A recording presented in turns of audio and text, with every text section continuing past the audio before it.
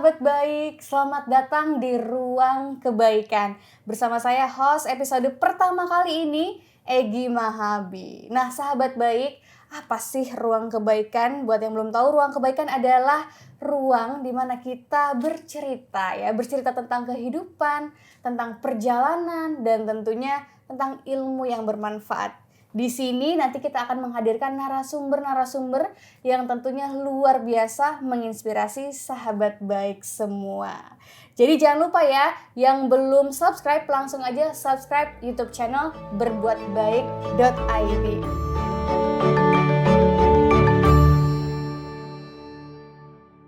Nah, di episode 1 kali ini kita sudah kedatangan narasumber yang luar biasa. Ada Mbak Didi, tepuk tangan dong semuanya. Mbak Didi apa kabar? Alhamdulillah baik. Alhamdulillah baik. Kayaknya Mbak Didi tuh dari mana gitu? Dari jauh-jauh banget dari sore-nya. Dari mana sih Mbak? Kemarin? Iya kemarin. Kemarin habis visit kita ke salah satu lokasi remote areanya yang jadi binaan CT Arsa Foundation. Itu di daerah Ciroyom, Sukabumi. Wow, luar biasa dari Sukabumi langsung ke sini ya. Iya. Mbak Didi, ini kan ya sahabat baik, buat yang belum tahu siapa sih Mbak Didi ya. Pasti kalau sahabat baik sebenarnya sudah pada tahu gitu ya. Tapi kalau teman-teman yang baru nonton channel kita, teman-teman tahu nggak jejak petualang, si Bolang, si Unyil keliling dunia. Ini dia produsernya teman-teman ya, udah 10 tahun loh malang melintang. Kemudian Mbak Didi ya, barangkali ada yang belum kenal. Boleh ceritain sedikit tuh sekarang Mbak Didi tuh lagi mengerjakan apa sih dan di mana gitu. Oke. Halo sahabat baik, perkenalkan saya Didi Putri. Saat ini saya sedang bekerja atau berkegiatan gitu di yayasannya Bapak dan Ibu Hairul Tanjung, yang itu juga di bawahnya CT Corp ya Mbak Egy gitu. Dan saat ini saya fokus di Pijar atau Pi Mengajar yang itu adalah salah satu program yang diinisiasi oleh CT Arsa Foundation. Nah Pijar itu apa atau program remote area ini apa? Itu adalah program pengiriman relawan guru gitu. Okay. Jadi kita mengirimkan relawan guru ke daerah-daerah pelosok. Ada 9 titik sekarang kebetulan. Dan munculnya program Pijar ini juga udah pastinya dari visi misi CT Arsa Foundation sih gitu. Oke, berarti sebenarnya Mbak Didi memegang project apa aja sih Mbak di CT Arsa itu? Apakah fokus ke Pijar atau banyak yang lainnya? Boleh diceritain nggak Mbak sedikit? Oke. Kalau di CT Arsa sebenarnya kita semua harus bisa menguasai sih apa yang ada di dalam CT Arsa ya, karena kegiatannya semua adalah yang berhubungan dengan kegiatan sosial, dengan kegiatan kebaikan. Semuanya kita kerjakan gitu. Jadi ada misalnya berbagi makanan, berbagi ilmu gitu ya. Kita punya mobil-mobil literasi yang kita bergerak di sana. Tapi untuk saat ini aku megangnya itu fokusnya memang di Pijar, karena memang ini agak sulit ya. Pergerakannya tuh jauh-jauh titiknya gitu. Dan kebetulan saya megang juga komunitas Arsa di beberapa daerah yang kita gimana caranya merangkul anak-anak komunitas ini untuk tetap berkegiatan sosial di bawah payungnya CT Arsa Foundation. Wow, gitu. luar biasa. Terus apalagi ya, saya diamanahi ada sih satu kerjaan lagi itu lebih ke bukan mengelola ya, tapi membantu sekolah SMA unggulan untuk melakukan ketahanan pangan gitu. Wow, tepuk tangan dulu dong semuanya, banyak banget ya project-projectnya. Nih aku gatel banget pengen ngulik-ngulik, tapi sebelum itu kenapa sih bisa memutuskan untuk oke nih aku mau nyemplung di sana dan sekarang itu kalau nggak salah sudah hampir 4 tahun. Bisa selama itu apa sih yang jadi motivasi Mbak Didi untuk oke aku menekuni dunia ini gitu. Oke, thank you Mbak Egy. Jadi kebetulan kalau kegiatan sosial aku suka dari dulu sebenarnya gitu, dari zaman sekolah. Itu emang udah senang banget lah kegiatan-kegiatan sosial, tapi mungkin lingkupnya nggak sebesar di CT Arsa ya gitu. Masih kalangan sekolah aja lah gitu. Gimana cara kita bisa berbagi ke masyarakat yang ada di dalam sekolah gitu. Contoh penjaga sekolah misalnya, penjaga perpus dan lain-lain gitu. Dan kebetulan kayaknya darah ini tuh munculnya dari mamah sebenarnya. Mamahku tuh orangnya suka berbagi gitu ke banyak orang gitu. Mau dia sesusah apapun tuh dia mau punya duit misalnya cuma 5.000, kalau orang butuh tuh pasti dikasih ke orang itu gitu. Anak-anaknya tuh nahan lapar biasanya gitu dulu gitu. Jadi kayak nggak tahu ya, mungkin kalau itu alamiah sih menurut aku gitu. Semua orang pasti semua orang tuh pasti punya sisi kemanusiaan kok gitu. Dan tapi pada akhirnya kenapa di CT Arsa Foundation ini aku kayak merasa menyenangkan pekerjaannya? Mungkin awalnya dari pengalaman aku tadi ya, aku pernah di jurnalistik itu dan programnya dokumenter waktu itu ya gitu. Nah itu juga perginya ke daerah-daerah pelosok dulu gitu. Ketemu sama anak-anak pelosok itu hampir sering gitu kan, karena setiap bulan kita kan pasti ke sana. Dilalahnya pas aku diajak ke CT Arsa Foundation itu pun waktu itu nggak langsung masuk sih Mbak gitu. Jadi aku ngobrol dulu nih sama GM-nya, kerjaannya seperti apa gitu kan. Aku jadi relawan dulu deh, waktu itu aku jadi relawannya CT Arsa dulu gitu. Begitu aku udah tahu pekerjaannya apa dan menurut aku itu masih masuk ke passionku, ya udah masuk. Nah gitu sih kalau misalnya awal mula. Aku langsung terpesona loh lihat Mbak Didi ini. Gak banyak orang yang bisa, karena kan aku juga beberapa kali berkegiatan gitu ya Mbak. Kayak menghadapi, aku stalking sedikit profilnya Mbak Didi, mungkin pernah visit ODGJ, orang difabel, kemudian masuk ke remote area. Menurut aku itu diperlukan hati yang benar-benar luas gitu ya, dan sabar dan segala macamnya. Sehingga aku senang melakukannya gitu. Yang kita lihat kan remote area loh Mbak, iya kan, nggak yang aspal jalannya gitu, kayaknya mendaki segala macam. Aku suka daerah-daerah atau suka sesuatu yang jatuhnya tuh kayak tantangan sih Mbak gitu. Wow. Kita tuh tantangan banget loh bisa melakukan melakukan kebaikan ke orang lain gitu. Salah satunya yang tadi saya bilang gitu, saya ngelihat mama saya tuh nggak punya duit tapi dia bela-belain gitu bantuin orang tuh, kayak kita yang lihat nih kesel gitu. Tapi begitu aku ngerasain itu, ternyata ini yang dirasakan sama mamah dulu gitu. Ketika orang lain mendapatkan sesuatu yang dia butuhkan gitu kan, itu kebahagiaan tersendiri gitu buat mamahku gitu, melihat membantu orang gitu. Pun yang terjadi saat ini Mbak gitu. Jadi aku punya mungkin salah satu contoh ya. Aduh, aku kalau ngomongin ini tuh pasti agak sedih, bukan sedih ya, tapi pada akhirnya itu yang menguatkan aku sebenarnya. Jadi ada satu anak nih, dia punya cancer waktu itu gitu kan. Si orang ini tuh aku juga nggak tahu dia dapat nomorku dari mana gitu, karena dia kayaknya sering lihat Instagramku yang suka galang dana dan lain-lain. Waktu itu belum ada berbuat baik ya gitu, suka galang dana gitu kan. Ada satu namanya Nur Asifa, ini tuh dia,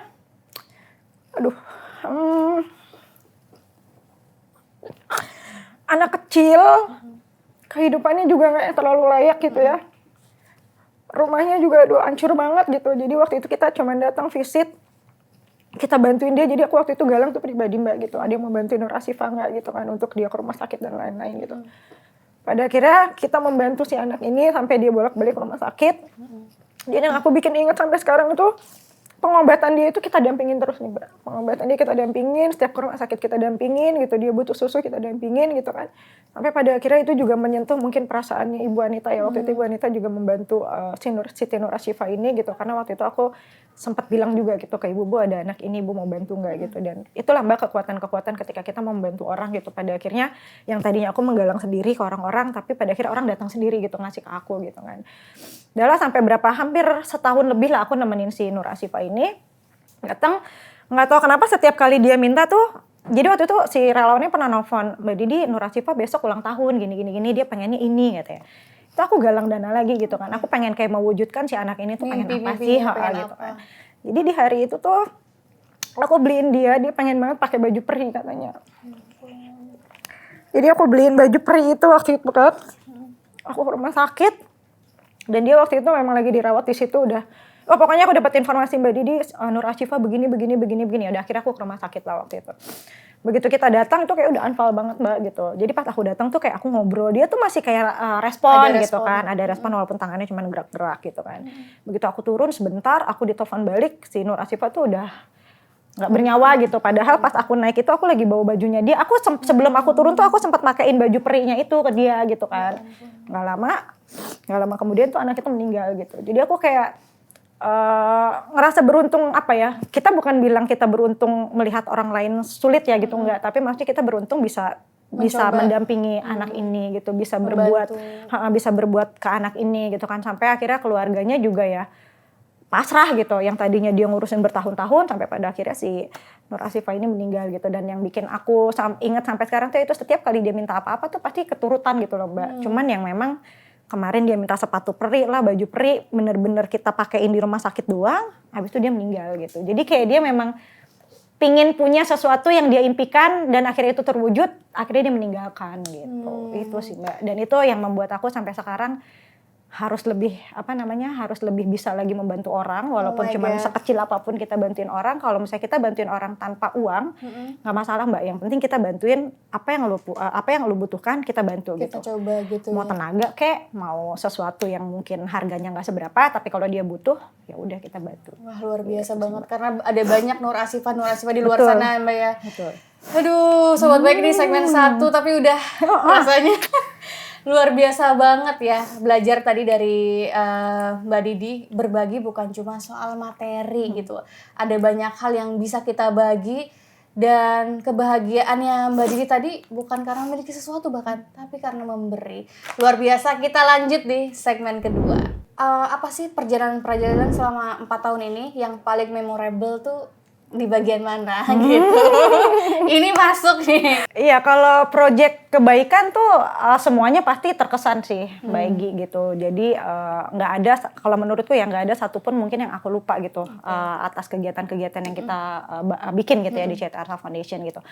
Tapi kalau yang paling berkesan, jadi waktu itu aku baru pertama masuk CT Arsa Foundation itu tuh langsung ini Mbak, COVID. Wow. Sebelum COVID itu memang aku sempat di divisi kebencanaan. Jadi waktu itu lagi banyak banget bencana di mana-mana.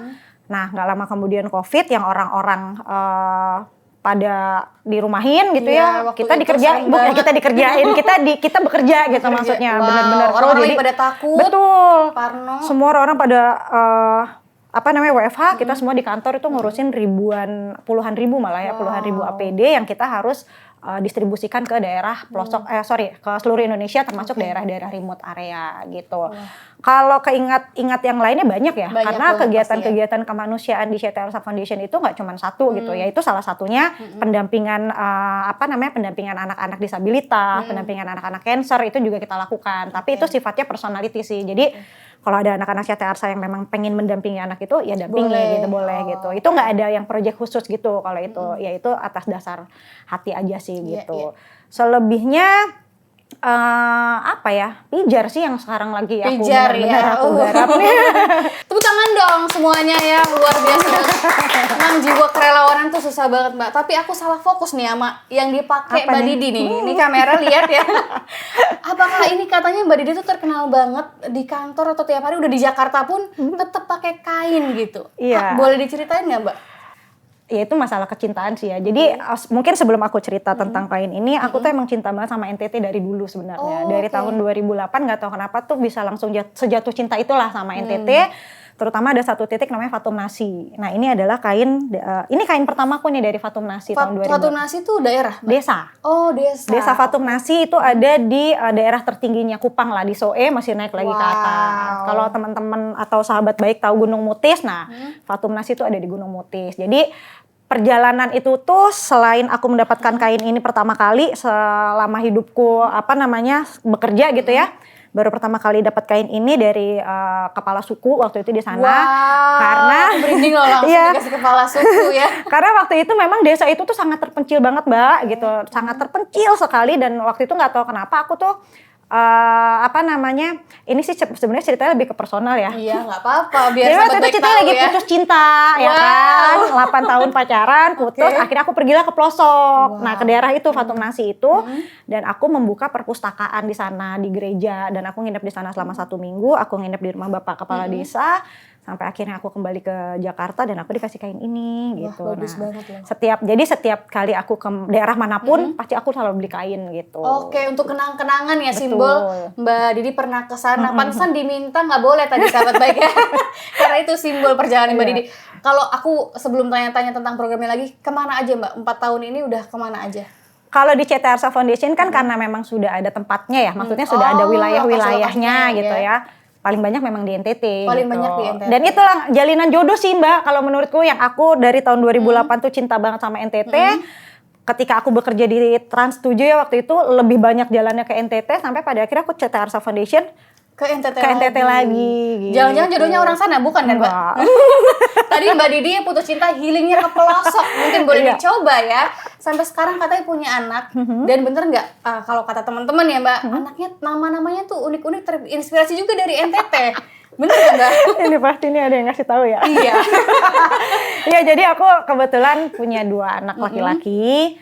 Yang pertama tuh namanya Sabrang Piwulang Kautaman. Sabrang Piwulang Kautaman. Kautaman. Wah, nama yang unik sih buat kita ya, apalagi di Jakarta. Ya, tapi kalau itu lebih ke Sangsekerta sih maksudnya. Sangsekerta. Nama-nama Jawa gitulah. Oke. Artinya apa tuh, Mbak? Kalau Sabrang itu artinya pelangi. Gitu. Piwulang itu apa ya? Piwulang itu kayak guru gitu loh. Oke. Kautaman itu keutamaan gitu. Jadi pinginnya si anak ini tuh bisa mewarnai hidupnya dia dan orang lain, tapi dia bisa menjadi guru dan bisa menjadi keutamaan dalam agama dan lain-lain. Wah, gitu. meaningful banget ya. Namanya Sabrang Piwulang Kautaman. Kautaman. Satunya, yang satunya? Yang satunya ini nama anak NTT sih. Jadi waktu hamil anak kedua tuh nggak tahu kenapa memang aku tuh pengen banget punya anak tuh hitam, rambut keriting. Mbak. Iya beneran. Mbak gimana? Aman. Karena memang sebelum aku menikah pun aku suka daerah-daerah pelosok, Mbak. Jadi aku punya anak asuh dari Papua, namanya Untung. Itu anaknya lucu banget, kecil, imut, hitam, rambutnya keriting gitu. Nah, aku terinspirasi dari anak itu. Aduh, kalau gue punya anak kayak gini lucu kali ya gitu. Nah, itu aku berdoa banget tuh supaya punya anak hitam, keriting ya kan. Udah akhirnya aku cari nama, gimana ya caranya. Ya udah akhirnya aku cari nama, aku kontak bukan kepala suku ya, tokoh-tokoh agama lah yang ada di NTT. Aku bilang aku pengen melahirkan, aku bilang gitu kan. Pengen deh masukin nuansa nama anakku, pengen banget ada nuansa NTT-nya. Itu kasih banyak banget tuh. Wah, itu banyak banget dijabari ya. Akhirnya aku cari satu-satu dan ketemulah ada namanya Amahu Manggana. Itu Amahu Manggana. Wow, luar biasa. Amahu Manggana itu nama dari Sumba, dari Waingapu gitu. Jadi Manggana Amahu itu artinya emas. Manggana itu ya sama keutamaan juga gitu. Jadi aku pengen si Barahilal Amahu Manggana ini menjadi anak yang kalem, diem, tapi seperti emas gitu ya, tetap berkilau gitu, dan dia mengutamakan hal-hal kebaikan lah. Aku gitu. ngomong-ngomong, aku juga suka banget sama kulit-kulit orang-orang yang hitamnya bener-bener hitam gitu, yang agak mengkilat gitu. I love banget. Tapi sekarang anak Mbak Didi gimana? Coklat? Ayo kita tandingkan. Kalau yang pertama putih, yang kedua ini memang ya itu kayaknya Tuhan tuh ngasih keinginan tuh gitu ya. Tapi memang begitu anak yang kedua lahir dan sekarang sudah mulai besar, dia malah bertanya sebenarnya, Bu kenapa kakak putih aku hitam gitu. Jadi aku cuma jawab, emang kenapa Ibu seneng tahu kalau misalnya kamu kenapa Ibu seneng, dia bilang gitu kan. Ya karena Ibu suka rambutnya keritingin. Aku nggak mau, aku pengennya rambutnya lurus. Jadi dia setiap hari kalau aku ke rumah, aku kan LDR ya sama anak-anak ya. Kalau anakku rambutnya udah panjang dikit itu sama dia diumpetin karena dia malu rambutnya keriting. Jadi kita kalau ke Solo itu kalau pulang pasti dia cukur rambut. Karena dia nggak mau rambutnya keriting gitu. Berbalik sama keinginan ibunya ya. Nanti diajarin lah ya dikit-dikit ya tentang keberagaman dan perbedaan karena ibunya legend nih. Mbak, ya nggak ada habisnya pokoknya. Tapi kita ngomongin tadi aku tertarik tentang pijar. Mungkin sahabat kebaikan pada belum tahu pijar tuh apa sih gitu, dan apakah itu rekrutmen atau apakah aku bisa join? Boleh ceritain nggak Mbak sedikit tentang pijar? Pijar itu adalah kalau misalnya kita lihat dari nama arti pijar itu artinya cahaya ya gitu. Berpijar gitu ya. Gitu. Pijar itu artinya cahaya. Dimana CT Arsa Foundation tuh punya visi misi memutus mata rantai kemiskinan melalui pendidikan dan kesehatan. Nah, kita pingin si pijar ini dia bisa membantu masyarakat-masyarakat atau daerah-daerah remote area itu tidak gelap aksara lah gitu. Dia bisa berpijar, bisa terang melalui pendidikan gitu. Nah, kalau artinya itu cahaya, pijar itu singkatan juga sebenarnya dari pi mengajar. Pi-nya itu artinya kalau daerah-daerah Maluku, daerah Papua, daerah NTT, pi itu adalah pergi. Pi mengajar. Jadi pergi mengajar. Siapa nih yang pergi mengajar? Ya relawan-relawan guru kita, guru-guru muda kita gitu. Jadi itu program untuk guru-guru muda. Jadi CT Arsa gitu ya. Kemudian guru-guru muda ini dilokasikan gitu ya, ditaruh di tempat-tempat remote area. Ada sekarang kalau boleh tahu itu udah keberapa dan ada di mana aja tuh Mbak? Kalau anak-anak pijar ini baru 2 angkatan sebenarnya Mbak. Ini masih baru banget kok, baru lahir lah gitu si program ini gitu. Udah ada batch kedua sekarang. Dan ada satu lagi batch 1A itu karena ada tambahan titik. Sekarang kita ada 9 titik Mbak. Wow. Dari yang tadinya hanya 5, sekarang ada 9 titik. Itu hampir 50%-nya ya di NTT gitu. Satu itu ada di Redameter, Sumba Barat Daya. Ada di Lelogama, itu daerah ketinggian. Bukan daerah ketinggian, daerah dingin di Kabupaten Kupang. Satu lagi di daerah perbatasan Indonesia Timur Leste. Lalu di mana lagi ya? Adonara, kemarin kita baru kirim ke Adonara. Ada di Lembata. lalu di Grobogan Jawa Tengah ada, Muara Gembong ada, di Ciroyom ada. Oh, oke, tersebar juga Iya, ya tersebar di Jawa gitu. ya. Karena kan sebenarnya program ini lahir tuh karena CT Arsa Foundation sudah membangun sekolah sebenarnya di sana gitu. Jadi kemarin tuh nyari-nyari apa ya program yang cocok buat remote area ini gitu. Oke, Gimana dan caranya? sudah ada infrastrukturnya Ya, di sana betul. CT Arsa sudah membangun sekolahnya. Ya udah deh kita bikin lebih ke membantu kualitas gurunya deh melalui apa? Melalui program Pijar dan dibantu oleh guru-guru muda ini. Wow. Gitu. Siapa yang boleh ikut, Mbak, dari guru-guru muda ini? Semua boleh ikut kalau kalau Sahabat teman-teman baik. sahabat baik kalau pengen ikut menjadi guru muda Pijar, nanti bulan Juni tuh kita ada open recruitment. Wow, jadi pantengin terus sosial medianya ya. Iya, betul. Kita akan open recruitment besar-besaran. Dan yang terpilih itu, saya yakin yang terpilih itu udah pasti jodoh yang pertama. Iya. Yang kedua, bisa meningkatkan kita juga sih. Jadi guru-guru muda ini juga nggak cuma ngajar, tapi mereka justru dapat sesuatu juga dari apa yang mereka lakukan selama setahun di sana. Gitu. Jangan lupa lupa biasa yang mau berkeliling tanah air ya, bisa langsung apply jadi guru mudanya Pijar. Terakhir nih Mbak, di segmen ini, apa targetnya Pijar selanjutnya, next targetnya? Kalau target Pijar sendiri, ya sudah otomatis kita memang membantu dinas, bukan bantu dinas ya, kita membantu semua lah ya, membantu semua pemerintah, masyarakat betul, ya. di bidang pendidikan. Targetnya kita pingin ada kesetaraan lah gitu, pendidikan di Jakarta dengan di kota gitu. Karena Mbak, kalau Mbak Egi pernah lihat lah gitu kondisi sekolah-sekolah di daerah pelosok itu seperti apa, itu bukan menyedihkan ya, tapi kok rasa-rasanya jomplang banget ya sama kita yang ada di gap kota yang gitu. benar-benar. Betul. Sebenarnya bisa dirubah gitu, cuman kan perubahan itu kan nggak instan ya, nggak cepet ya, kita ada prosesnya ya. Nah inilah tugasnya anak-anak guru muda ini, gimana caranya dia mengupgrade guru-guru yang ada di lokasi jadi penempatan. malah untuk influence ke guru-gurunya Betul. ya Mbak ya? Dari guru-gurunya berjalan, anak-anaknya relawan-relawan guru-guru muda ini dia mengaplikasikan ke anak-anak muridnya juga. Jadi tugasnya si guru muda ini banyak banget sih kita, tapi alhamdulillah sih sejauh ini 1 tahun di sana ya, guru muda. Jadi benar-benar dia yang berjiwa pengen mengabdi di pelosok-pelosok negeri ya, untuk tadi kata Mbak Didi kesetaraan pendidikan ya di desa dan di kota. Betul. Oke sahabat baik, segmen 2 segitu aja ya. Masih banyak yang mau dikulik-kulik nih di segmen kita yang terakhir. Jangan kemana-mana. Ya balik lagi masih bareng Mbak Didi ya di segmen terakhir kita Mbak. Kali ini kayaknya tuh pengen ngobrolnya kayaknya seharian bisa ngobrol sama Mbak Didi karena ceritanya nggak cukup. 4 tahun tuh Mbak Didi lalui pasti ceritanya setiap perjalanan pasti ada kan Mbak. Tapi ngomong-ngomong tadi aku tertarik juga tentang Pijar. Mbak Didi tadi udah ceritain sedikit tentang Pijar, kemudian guru muda, dan sekarang udah batch 2 ya, berarti udah tahun kedua. Gimana sih Mbak prosesnya, kan itu pasti nggak mudah kan gitu, apalagi bertumbuh pasti si Pijar ini. Boleh ceritain nggak Mbak sedikit gimana tuh prosesnya si Pijar sampai sekarang 9 titik? Kalau proses sudah pasti panjang, mulai dari tadi ada open recruitment, kita harus tahu karakter anak-anak ini seperti apa gitu. Jadi kemarin itu angkatan pertama itu yang daftar itu hampir 800 orang Mbak. Serius Mbak? Yang daftar hampir 800 orang, tapi yang lolos tuh hanya 5 gitu. Jadi aku ngelihat kayak ini antusias anak-anak muda juga ini juga ya, tinggi banyak banget juga ya. Aku kira teman-teman pada nggak tahu loh dan nggak ada yang daftar gitu. Ternyata banyak banget gitu. Dan menariknya tuh ketika aku membaca semua CV-nya anak-anak ini tuh nggak tahu kenapa tuh tertarik sama anak-anak yang lulusannya justru di luar bidang pendidikan Mbak gitu.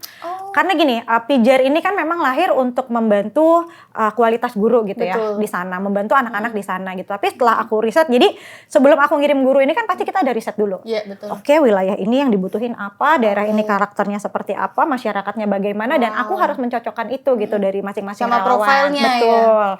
Dapatlah ada yang anak filsafat UGM, ada yang anak sains, ada anak biologi, anak apa dan lain-lain. Itu menarik gitu dari CV-nya dia gitu. Tapi yang menariknya itu dari semua anak-anak itu yang aku dapat 5 orang ini nggak tahu kenapa, itu lagi ya balik lagi kayak jalinan jodoh untuk membuat salah satu berbuat kebaikan itu ya udah ada jalurnya lah gitu dari Tuhan gitu kan. Oke, yang si anak ini kayaknya cocok nih buat di program lo gitu. Dapatlah si anak ini 5 orang. Ini proses pertama, yaitu aku memang penuh air mata banget lah gitu untuk yang program Pijar ini, karena memang baru pertama kali CT Arsa Foundation punya program itu. Dapatlah anak-anak ini sampai pada akhirnya penyematan dan keberangkatan.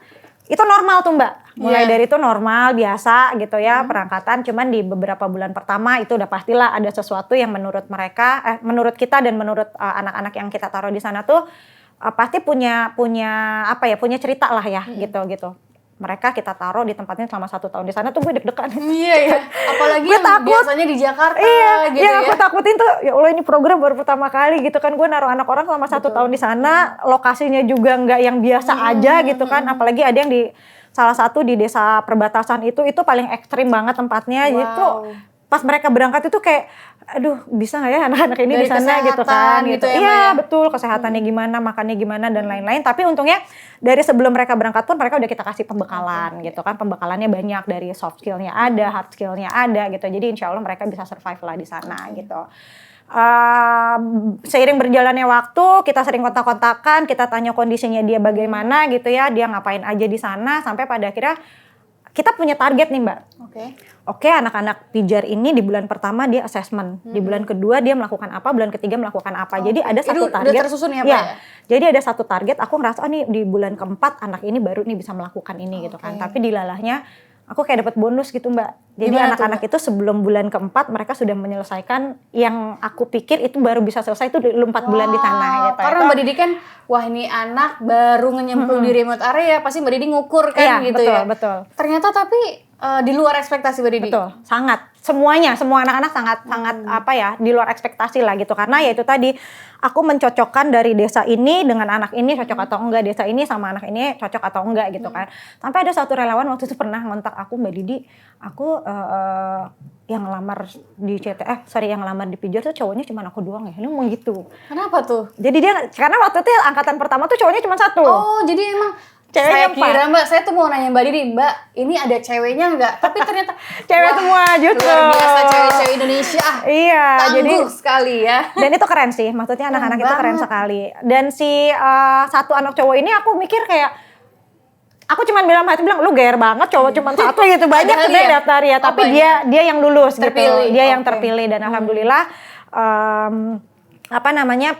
bukan pencapaian ya, target-target aku di Pijar itu dia yang mencapai target itu gitu, bukan aku gitu, aku hanya membuat skenario Supervise. gimana caranya anak sekolah ini jadi begini gitu kan, karena dari awal kita sudah tahu sekolah itu kekurangannya apa, yang harus dibenahi Fulfill apa, apa. ini apa gitu sih. Dan ceritanya banyak yang membuat haru juga. Apa tuh Mbak, kalau boleh spill kan udah kedua nih, batch kedua yang bikin Mbak Didi mungkin masih inget gitu, atau ada yang nangis-nangis ekstrim minta pulang gitu ya, mungkin kehabisan makanan, apa tuh Mbak? Kalau minta pulang sih hampir nggak ada Mbak. Mereka kayaknya seneng di sana gitu. Mereka tuh seneng terbuang Nggak kayaknya. takut gitu. Mereka seneng terbuang kayaknya gitu. Emang udah siap sedia mentalnya gitu ya, aku Betul. mau berjalan jauh. Betul, Tapi betul. ada nggak mungkin yang yang Mbak Didi inget, kayaknya tantangannya anak ini berat banget sih gitu. Kalau semua tantangannya berat. Salah satunya dia harus bisa bersosialisasi dengan orang yang tidak sesuai dengan karakter, Beda dengan budaya. bahasa, beda budaya Betul. ya. Daerah-daerah yang di remote area itu ada beberapa titik yang sinyalnya susah banget. Terus ada beberapa titik yang dia harus ke sana tuh effort banget gitu. Dia harus Ke tempat menyeberangi sekolahnya. sungai. Wow. Mereka tuh harus dari Kupang itu dia harus melewati 188 sungai dengan beberapa sungai deras. Dan sungai deras itu sih yang membuat menurut aku itu antara hidup dan mati Maksudnya itu jatuhnya setiap gitu. hari Mbak, 188 sungai. Itu kalau kita dari kota menuju ke sana. Jadi si desa ini terisolir Mbak. Wah. Mereka mau ke Timur Leste terisolir dengan sungai besar, mereka mau ke kota Kupang ya harus 9 Sungai-sungai jam tadi dengan ya? sungai-sungai tadi itu gitu. Jadi tertutup lah gitu desanya dia, sampai ada satu momen ini kayaknya bulan-bulan ini nih di NTT ini memang lagi ekstrim cuacanya gitu. Jadi pernah lah dia di sana udah hampir 6 bulan kalau nggak salah ya, 6 bulan atau 6 bulan lebih lah gitu dia di sana. Nelfon, Mbak di sini susah ini saya mau keluar nyari logistik nggak ada bla bla bla bla bla gitu kan. Kalau dia ngontak sih kita biasa aja jawabnya Mbak gitu. Tapi begitu dia selesai itu kita kayak langsung mikir Allah ini anak apa ya. Jadi dia cuma nelfon bilang, Mbak besok aku mau ke naik Liu, jadi gue mah kalau nangis mulu gimana Nangis dong. lagi. Karena kalau inget itu tuh Perjuangan teman-temannya. kita nggak ngerasain Mbak muda, soalnya gitu. Mereka yang merasakan selama 1 tahun di sana gitu. Mereka telepon, aku udah gak ada logistik Mbak, dia bilang. Oh my God. makanannya tuh udah mulai menipis gitu kan, karena emang nggak bisa kemana-mana gitu. Sampai akhirnya dia nekat naik motor, katanya dia ke desa sebelah, dia mencari sesuatu, sampai pada akhirnya dia nelfon, dia WA cuman bilang, Mbak Didi aku ke Naikliu dulu gitu, aku mau cari makanan gitu kan. Aku ingat banget ketika dia bilang aku dapat Mbak sosis cuma 5 biji gitu, sampai saat aku kayak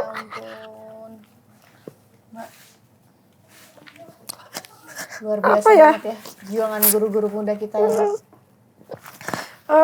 Sesusah itu gitu ternyata gitu. Kita taruh mereka ke sana cuman pengen dia makan yang layak gitu ya. Dia cuman ada beras kalau nggak salah waktu itu, dia masih bisa makan dengan yang lain, tapi namanya orang pasti punya pingin makan yang lain gitu kan. Akhirnya dia memberanikan diri ya, dia memberanikan diri untuk nyebrang ke desa sebelah, dan dia cuma dapat beberapa biji bakso sama sosis untuk bikin nasi goreng itu Luar biasa. Iya, kadang tuh kalau mereka lagi cerita kayak gitu tuh kayak batin aku tuh kayak, ya Allah nih gue salah banget gak sih bikin program ini sampai gitu kan. Gue salah banget gak sih bikin program ini, kayak gue mencelakakan anak orang banget gitu.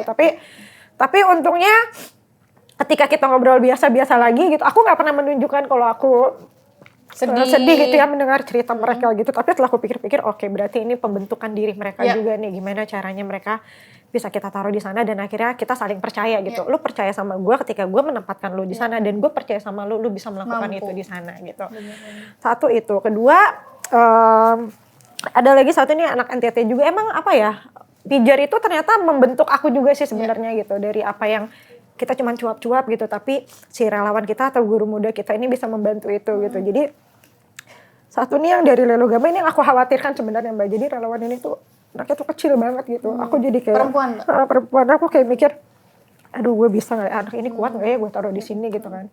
Ngebayangin gitu kan, karena pas interview daerahnya dingin, kamu kuat apa enggak? Aku agak udah terlalu kuat. dipaparin semua nih Mbak. Jadi semua daerah itu kan pasti kita kasih tahu karakternya gitu kan. Terus dia bilang, pas lagi aku ngirim ke sana pun, dari 5 titik yang waktu itu aku antar, aku nangis tuh hanya pas nganter dia gitu kan. Aku ngerasa, aduh karakter di sini tuh keras-keras banget gitu nih, anak kecil ngomongnya tuh lembut gitu kan. Nah dilalanya si anak ini justru yang dia bisa membelah pikirannya gitu, untuk akademisnya dia lakukan gitu kan, pemberdayaan dia lakukan, sampai pada akhirnya sesuatu yang besar, pencapaian yang besar CT Arsa Foundation melakukan pergerakan ke remote area itu adalah kita membantu masyarakat gimana yang tadinya nggak ada air jadi ada air gitu ya. Oh my God, jadi cuman bukan hanya mengajar betul, aja Mbak. Betul gitu. Jadi mereka sekarang kan gini Mbak, mereka gimana mau cerdas, mereka gimana mau pintar kalau mereka kehidupan sehari-harinya aja nggak punya air gitu kan. Gimana mereka mau hidup sehat kalau misalnya mereka nggak ada air gitu. Sampai pada akhirnya air itu bukan aku paksa sih, aku jadi kayak pokoknya lo harus bikin air di sana gimana caranya. Semua titik begitu Mbak. Di Nunuana juga di sana nggak ada air juga gitu. Dia tapi sendirian tuh Mbak ya? Sendiri, jadi anak-anak ini semua satu-satu gitu. Nah di semua titik itu nggak punya air. Tapi kan mereka punya cara gimana air itu bisa ada di kampungnya mereka gitu. Kayak di Nunuana udah ada mata airnya, udah tinggal tarik, tinggal beli selang sama paralon waktu itu ya. Jadilah air gitu. Tapi yang satu daerah ini tuh dia memang harus, karena daerahnya tuh daerah adat. Jadi kalau misalnya di NTT itu Mbak, adat itu adalah segala-galanya gitu. Gak boleh dilanggar, gak boleh dilanggar. Menggabungkan adat dengan sekarang kita era digital teknologi pun agak susah. Gak boleh pasti ya. Gitu. Ada yang bisa menerima, ada yang tidak. Karena keluarga apa ya, di Lelogama ini tuh ininya apa ya, patokannya itu masih raja. Oke, ada gitu. rajanya di sana. Betul, ada raja namanya Raja Amfoang di sana. Nah, Lelogama ini nggak punya air gitu ya. Aku juga pertama kali masuk Lelogama tuh, aduh susah banget Mbak deket sama masyarakat di sana gitu. Aku dicuekin. Tertutup. Setiap aku WA tuh jarang bales gitu kan. Tapi pada akhirnya gimana caranya aku menaruh anak ini, si anak kecil ini aku taruh di sana. Ternyata dia bisa gitu. Walaupun dia kadang suka telepon, Kak Didi kayaknya aku nyerah nih gitu, kayaknya aku nyerah, nggak bisa aku ngelanjutin air ini karena masyarakatnya gini. Lu jangan nyerah, lu harus semangat. Gimana cara, mungkin lu punya cara yang berbeda gitu. Gimana caranya lu bisa dapat izin kita mengaliri air itu tidak hanya ke sekolah tapi ke seluruh desa yang ada di situ. Berjalan dan pendekatannya dia tuh 6 bulan. Gimana caranya dia bisa ngedekatin keluarga raja sampai pada akhirnya kita didapat izin. Dia seorang diri mendekati keluarga raja Mbak. Wow. Gitu. Dan itu mendadak banget waktu dapat kabar, Mbak kita diizinin sama raja untuk bikin air ini. Wah, besoknya langsung bukan pesta adat ya, langsung mengadakan adat, langsung jalan itu air dan sekarang masih proses gitu sih. Itu menurutku kan salah satu pergerakan dari hati gitu ya. Iya. Kadang bisa aja nih gue taruh di sana memaksa orang untuk gue membuat air itu gitu kan. Mungkin dengan kalimat-kalimat gue yang nggak pantas atau apa gitu kan. Tapi si anak kecil ini tuh bisa menata diri gitu. Gimana caranya dia masuk ke keluarga ini, masuk ke keluarga ini, masuk ke keluarga ini, sampai pada akhirnya diberikanlah izin untuk izin dan sekarang lahiran. sedang proses. Wah, luar biasa banget ya sahabat baik.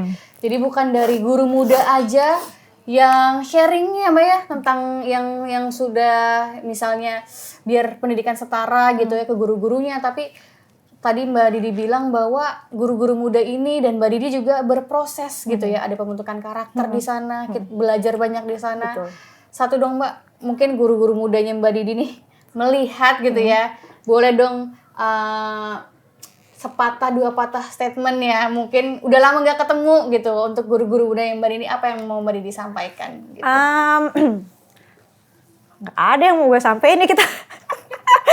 Kita tuh emang suka ngebanyol aja biasanya gitu. Tapi aku selalu dari angkatan pertama sama angkatan kedua aku tuh selalu bilang sama mereka, lu tuh harus terjun ke daerah yang nggak lu sukain sekalipun gitu. Jadi pergilah kau ke tempat yang tidak kau sukai sekalipun supaya kau tahu gitu. Nah itulah sebenarnya yang sedang dilakukan anak-anak di sana. Ada nih anak-anak yang nggak suka ditaruh di NTT, gue taruhnya di NTT gitu. Tapi pada akhirnya dia mencintai daerah itu gitu. Dan sampai sekarang di batch kedua pun seperti itu juga. Bukan aku mendoktrin ya, tapi aku pingin dia mencari jati Sesuatu diri dia di di sana. situ gitu. Tapi dengan kalimat itu tadi, lo pergi ke daerah yang lo nggak sukain deh gitu. Lo akan menemukan sesuatu di situ gitu, dan itu terjadi gitu. Wah, Dari luar anak-anak biasa. yang di Nunuana, anak-anak di Lelogama, di Muara Gembong, itu mereka pasti punya cerita masing-masing dari kalimatku tadi itu. Dan udah so pasti semangat itu paling penting gitu, karena di saat ini anak-anak pijar tuh lagi berjibaku dengan cuaca ekstrim di mana-mana gitu. Mereka benar-benar harus bisa membagilah, memanage perasaan lah selama mereka ada di sana gitu. Harus pinter ya guru-guru muda ini, pinter bersosialisasi, komunikasinya. Wah, luar biasa banget. Di situ juga dia ada pendalaman karakternya sendiri-sendiri tentunya ya. 1 tahun, bukan sebulan loh Mbak ya, 1 tahun di sana, luar biasa banget. Applause banget buat guru-guru muda kita, dan siapapun yang mau jadi guru muda ya, pantengin terus karena ternyata banyak banget peminatnya. Mbak Didi, satu lagi nih sebelum kita tutup segmen kita yang terakhir ini. Apa sih pencapaian terbesar Mbak Didi gitu sampai saat ini tuh? Ada nggak achievement terbesar menurut Mbak Didi? Nggak cuma penghargaan gitu ya, tapi yang menurut Mbak Didi itu tuh achievement. Ada nggak Mbak? Aku cuman pingin nggak pengen lagi gitu dengar bahwa NTT itu miskin, NTT itu pendidikannya rendah gitu, karena pengalaman aku selama di sana, dengar juga dari teman-teman relawan guru muda gitu ya di sana, mereka tuh sangat pintar-pintar gitu. Jadi kita pengen merubah stigma orang-orang gitu yang bilang bahwa NTT itu adalah wilayah termiskin, wilayah termiskin lah ya gitu ya. Termiskin kan banyak ya, miskinnya itu dari apa, dari pendidikan dan lain-lain. Kalau menurut aku enggak gitu. Jadi kita bantu gimana caranya supaya masyarakat NTT bisa bangkit gitu ya, biar nggak ada lagi kalimat bahwa NTT itu adalah daerah termiskin gitu. Karena kita tahu anak-anak NTT itu keren-keren, anak NTT itu bagus-bagus, dan pencapaian aku yang paling tertinggi adalah kalau misalnya Pijar ini 5 tahun ke depan masih berjalan gitu ya. Aku pengen anak-anak NTT itu ada di Jakarta untuk melakukan untuk bisa seperti anak-anak lainnya gitu, jadi, berprestasi gitu. Oke, jadi bukan orang Jakarta aja yang ke Betul. NTT, gantian orang NTT ke Jakarta. Salah satunya yang Nono kemarin itu kan, itu kan dari NTT gitu. Aku pengen banyak kok Nono-Nono yang lain gitu kan. Nah kemarin baru Nono aja nih gitu yang datang. Mudah-mudahan sih ada lagi anak-anak NTT lainnya yang bisa seperti Nono gitu. Wow, kita doakan sahabat baik semoga program Pijar lanjut terus ya. Amin. Lanjut terus ya. Sampai batch ke-3, ke-4, ke-5 bahkan panjang lah ya usianya. Dan teman-teman tadi yang mau apply guru muda banyak ya caranya, boleh banget langsung aja pantengin sosial medianya. Mbak, closing statement ini terakhir banget nih. Terakhir banget, mungkin sahabat baik bisa share video ini ya. Boleh nggak Mbak? Karena kan kita tahu kalau donasi gitu ya, bantuan, kadang orang abai gitu. Kadang orang merasa nggak perlu gitu, takut misalkan uangnya nggak tahu alirannya kemana, atau misalkan ya udah deh aku ngurusin hidupku sendiri aja gitu. Menurut Mbak Didi, kenapa sih kita gitu, orang terutama anak muda gitu ya di kota-kota besar, perlu berempati, perlu mendukung program-program yang seperti Mbak Didi jalankan. Oke. Sahabat baik, anak-anak muda, percayalah bahwa melakukan kebaikan itu adalah candu ya. Maksudnya lo kalau udah melakukan sekali pasti akan keterusan kayak begitu terus. Jadi jangan lupa setiap menit, setiap detiknya itu melakukan hal-hal baik, mulai dari senyum, ya itu penting. Mulai dari senyum, mulai dari gimana kita berempati kepada orang, sampai pada akhirnya kita bisa membantu orang lain yang sangat membutuhkan. Wah, luar biasa, tepuk tangan dong semuanya ya. Kebaikan adalah candu. Luar biasa. Terima kasih Mbak Didi atas waktunya. Thank Di you. jadwal yang padat banget ini Mbak Didi udah sempatin waktu untuk hadir di Ruang Kebaikan. Mungkin nanti kita bisa ketemu lagi. Sahabat baik, itu tadi ya cerita kita di Ruang Kebaikan bersama Mbak Didi. Terima kasih atas waktunya. Sahabat baik, jangan lupa like, komen, dan share ya video kita. Dan jangan lupa juga subscribe ya. Mbak Didi udah subscribe belum? Apa nih? Ini channel YouTube-nya. Ya nanti abis ini. Ya. Harus subscribe ya. Oke. Terima kasih. Aku Egy, host kali ini pamit undur diri. Sampai ketemu di Ruang Kebaikan episode kedua. Bye.